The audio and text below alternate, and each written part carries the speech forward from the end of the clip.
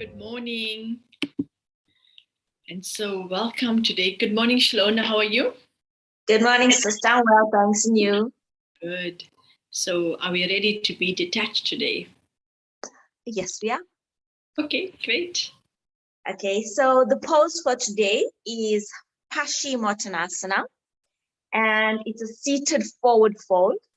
It's also called the stretch of the West because of the positions that the yogis used to practice the yoga. They preferred facing the east and practicing. And so with the forward fold, you're exposing your back. So, or the back or the west side of the body is being stretched. So that's why the stretch of the west. So, Arishka, let's take the feet forward. So press the heels away from the body, flexing the toes inward. Breathe in. Take your hands to the side. Take your hands to the side first to create a fold. Inhale and up. Exhale and hinging from the waist, you're going to fall forward as far as you possibly can go. So this is a very challenging pose, and eventually you want your torso with the upper part of your body to actually meet the thighs and the knees. That is the final pose.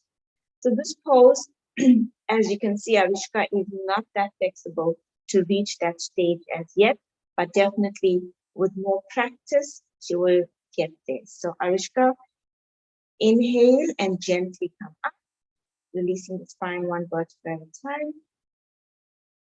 And thank you. So, this pose,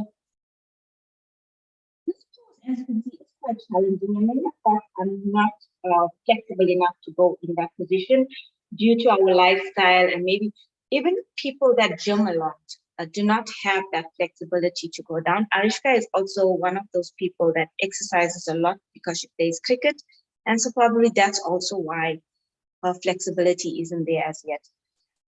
So the benefits of this is that it stretches the entire back, the spine, the shoulders, the hamstrings, but also it can cause injury to people that have that push themselves too much in the pose. So you got to respect your body and go as far as your body allows you to, and definitely over time you will reach that the final resting pose.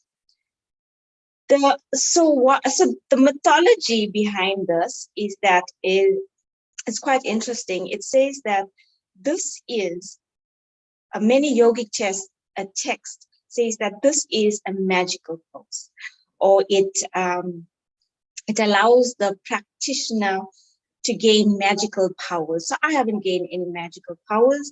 I haven't been able to shrink myself to an atom size molecule, whatever that's called, and then blow up again. Nor have I been able to take myself to other places just by my thoughts. But this is a magical pose. So some yogis take it literally, but I think it has to be taken metaphorically. So I have a quote from the Hatha Yoga Pradipika that says, so where is that? It says, this asana is the best among asanas. By this asana, the pranic currents rise to the Sushma Nadi, the digestive fire increase, and the abdomen becomes flat, and the practitioner becomes free from disease. So the Sushma Nadi is basically talking about the central channel along your spine where the chakras are. So why detachment? None of us, or many of us, when we start off yoga, we don't have that flexibility. But the journey down is what's interesting. So for me personally, when I first started, when I first practiced this pose, I was much stiffer than Arishka. I couldn't even go that much. But physically, it was very challenging. There were many discomforts in the body. So the hamstrings were tight, the hips couldn't do what I wanted them to do. The pelvic area was tight, the lower back was tight. It was, even the arms was tight. It was just a very uncomfortable experience. But as I practiced over time, and eventually when I got to the point where my nose could touch my knees and my abdomen could touch my thighs, the discomfort of the body was forgotten. So that is where detachment comes in, because this pose naturally also allows the practitioner to become introspective. And because of the challenging nature of this pose, and all of us, when we start off with, when we want to reach that end goal of Paschimottanasana, we want it instantaneously. We want to reach that perfect fold. But maybe, just maybe, what we need to do is actually release that desire of getting that perfect fold and just accept where we are at that time, and perhaps completely surrender to the pose. Yes, completely surrender to the pose and just go with it. So that's my take on Paschimottanasana. Very good. Thank you. I was just thinking that, using the quality of detachment, for most people, detachment is, becoming aloof. But for me, it was very much where I stopped taking from outside influences and I start drawing my power from inside of myself. So I'm making myself all whole. And if you look at the way, basically, if you do it properly, you're basically folding over. And when you fold something, you close yourself from the outside like the sandwich. You don't let anything fall out. And because it's a fold where your face even is like against the ground in a sense, you're not really connecting to what people are saying. You're uninfluenced by their gestures, because at that point you just with yourself. And I thought it was a very beautiful way of understanding that detachment is very powerful, because you said that mythically it means you can transport yourself, you can get to places, and there seems to be magic in the pose. But when you detached, you actually are accumulating all your powers, and that's when your capacity to be more clearer, you not have any clutter from outside you really are able to be, the word is authentically you without other people interfering. Like if you're doing something and you see somebody's expression and they're going, Ish, then that kind of can distract you. But in this pose, you can't see anybody's expression. You're not a witness to anybody. Even the fact that you're doing this, you're basically closing your ears as well. So you're basically really closing all your senses. And by doing that, literally, you're gaining that power to rely on your intuition. And that's when and it's also very interesting, you said that it's actually along the stretching of all the chakras. And all the chakras represent all the different energy points in our body. So if I am close to everything else and I'm tuning myself to my highest energy points, I am going to be in the most powerful stage. It's inevitable that I'm going to be able to take from inside and then be able to apply it outside. So maybe physically my body will be in its place, but I'll be able to feel more connected to the whole world. No matter how much chaos is happening outside, I can always bring myself to a point of essence and not get influenced. So you spoke about it physically, but I can really see that it can be something that we can experience spiritually, of just becoming that point of light and reducing all that expansion to the essence of my being. And if this kind of practice is done, especially in meditation, where I learn consciously to stop hearing, stop looking at other people, and stop putting my nose in other people's business, stop getting attracted by taste and touch, then I'm going to be able to rely a lot more on myself.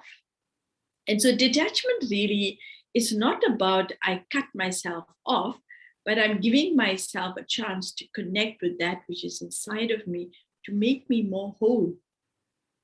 If I am an appendix of this one, an appendix of that one, then can you imagine what my life is going to be? Wherever I move, I need to take all my appendixes with me, and it's just a big whole parade that I'll have to carry around with me. But if I can really focus and tune into my own powers, I'll be so self-sufficient, I'll be so effective. I'll also be free from any fear of losing the little bits that are outside of me, because when you have a lot of gadgets and then the gadgets don't work and you depend on the gadget to get your job done, then you really get into trouble. But those chefs that can just chop away without needing any gadgets, they just need the knife and they aim away. So I think I'm appreciating this pose very much. To be honest with you, today I didn't try it out. I don't know why I didn't even think about it. But I will definitely give it a go sometime today to see how much I can fall over, and then take it from there. So yeah, I don't know, Salona, if you have anything else to share, but I thought that the quality of detachment for me is really an elevated consciousness. Even interestingly enough, they say that when somebody dies, which is the ultimate detachment of the soul from the body, they say that for that process to take place, you need to have elevated your consciousness to be free from the taking of your senses. You have come to the point, I need nothing. I am enough in what I am. And so there can be that final detachment.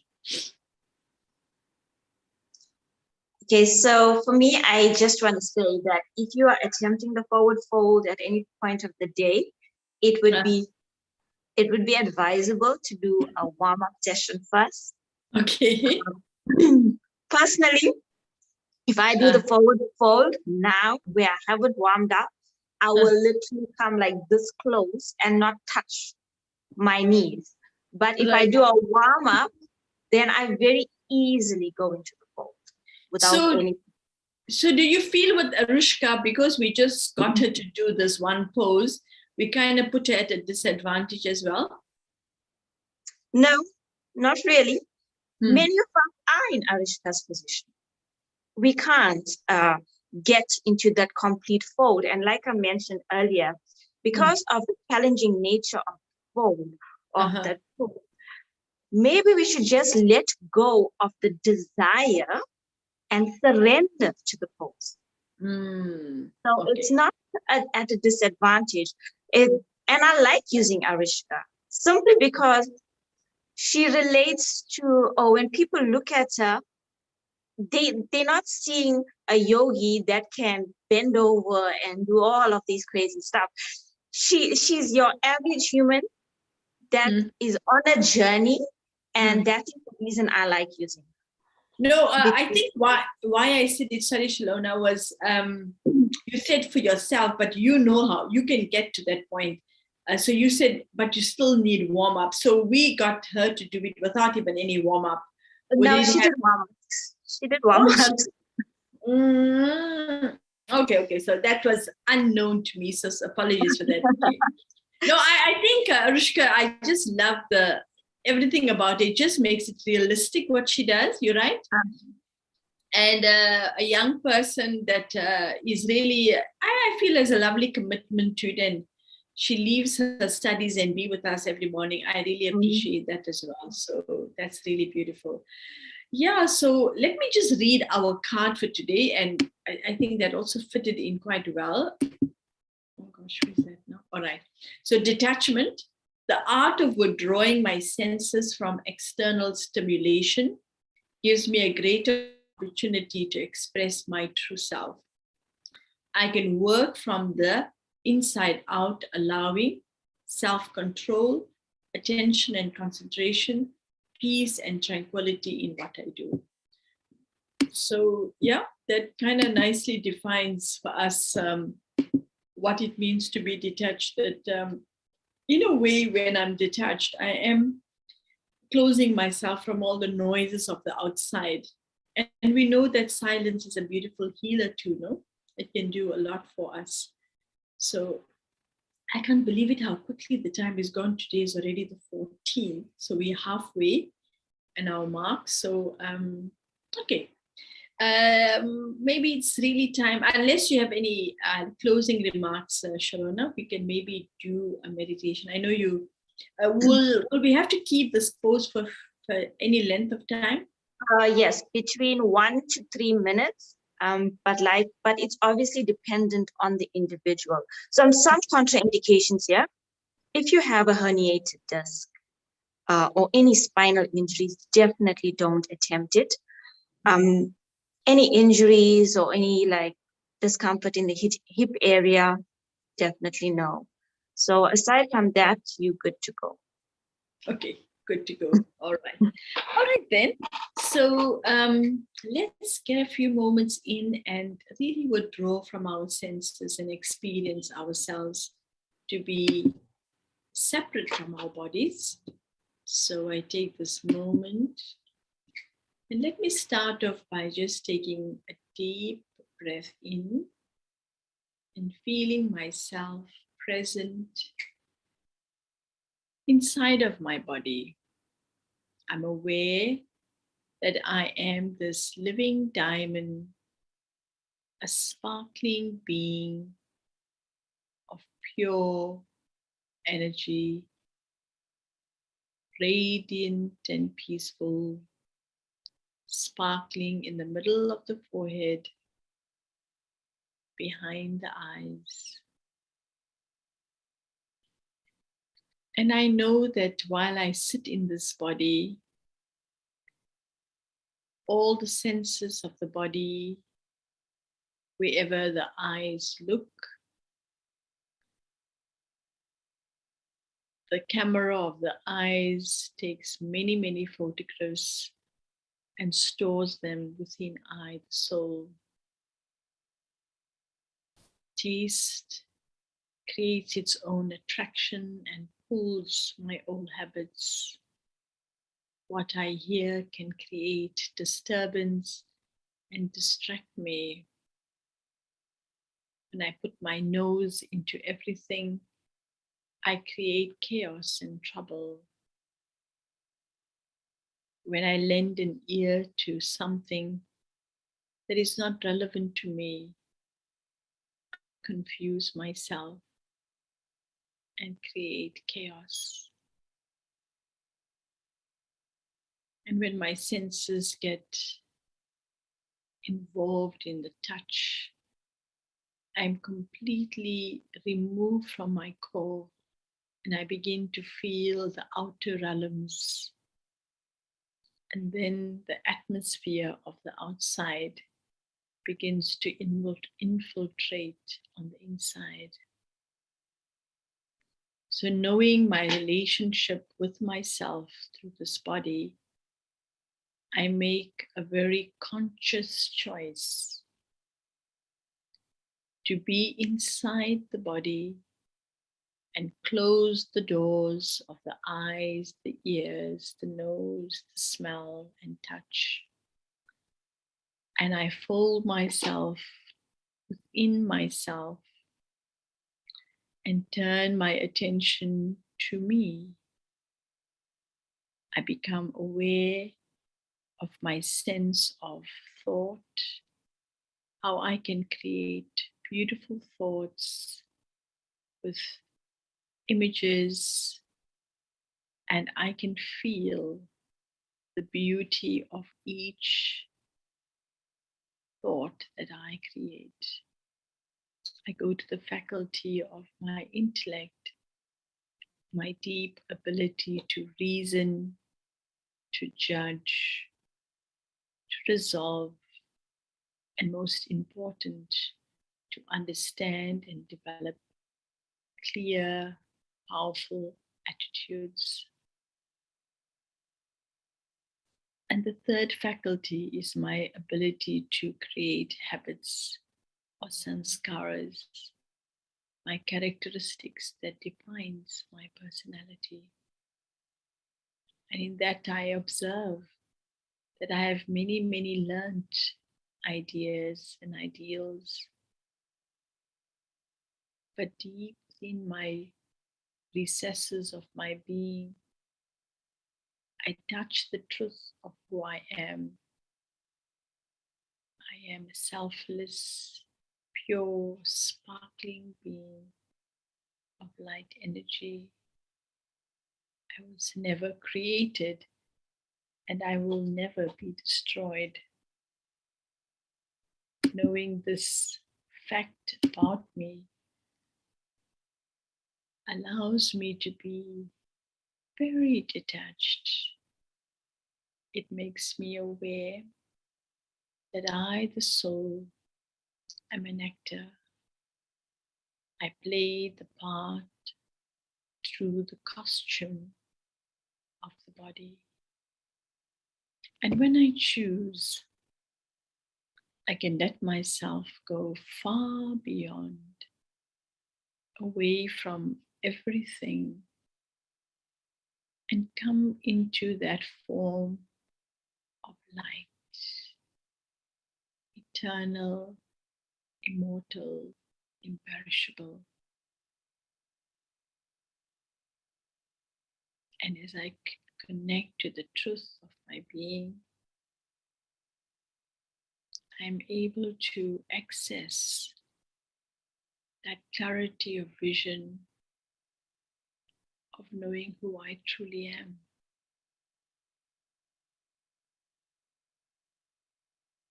The caution, the respect, the love all fills myself. I am this beautiful being, and everything I need is contained inside of me.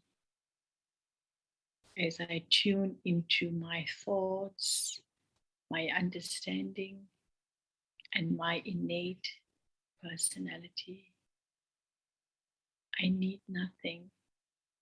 I am, I have, and I can. With this powerful, powerful mantra, I remain free from the influence of all those things around me that takes me away from the real me. And for the few moments I stay nestled inside of this beautiful shell of my true being. This true being is very sheltered from the whole world. This true being is hidden under many layers of learned behavior. So I take this time to empower myself. I make a firm decision to stop running away or hiding my innate qualities. So I step into myself and allow that which is me to begin to grow.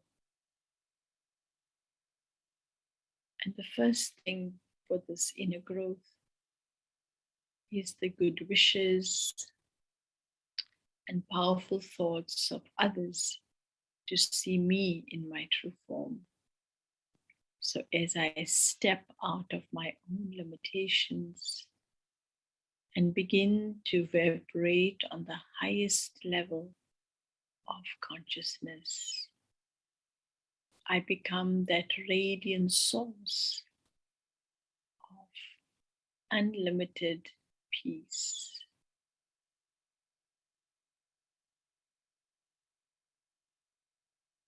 I touch that inner strength inside of me and begin to express my form of strength and power.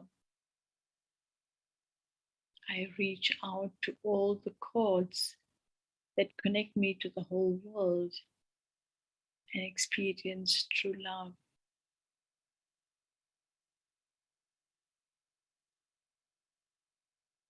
And as each of my qualities begins to shine, I, that living being, in my own silence and quiet, begin to pulsate and radiate peace, purity, love, happiness, joy into the world. Om Shanti.